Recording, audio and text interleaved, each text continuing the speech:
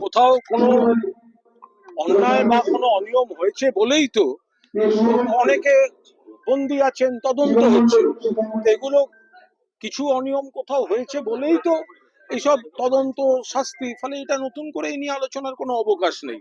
বরং আমরা বলবো যে আজ হয়তো এইসব কম্পিউটারাইজড, এগুলো তো হওয়া উচিত নয়, বাট কম্পিউটারাইজড ইত্যাদি বলে জানা যাচ্ছে, যেগুলো হওয়া উচিত নয়। তো সিপিএম জমানায় যে প্রত্যেক হোল টাইমারের বাড়িতে সরকারি চাকরি ছিল, সেগুলো কোন নিয়মে হয়েছে? কজন কত দূর দৌড় ছিল যে প্রত্যেক হোল টাইমারের বাড়িতে সরকারি চাকরি আর শিক্ষকের চাকরি? তখন এই সমস্ত কম্পিউটার ছিল না, ডিজিটাল সিস্টেম ছিল না, ফেসবুক ছিল না। তো তাই বলে ওরা ধোয়া তুলসী পাতা, এইটা মানার কোনো কারণ নেই।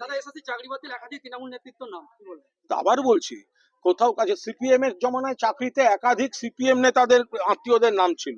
মনে আছে জলপাইগুড়ি বা উত্তরবঙ্গের সিপিএম জেলা সম্পাদক এই কেসে অভিযোগের তালিকায় ছিলেন, তার তিনি তার আত্মীয় বা আত্মীয়কে ঢুকিয়ে দিয়েছিলেন বলে।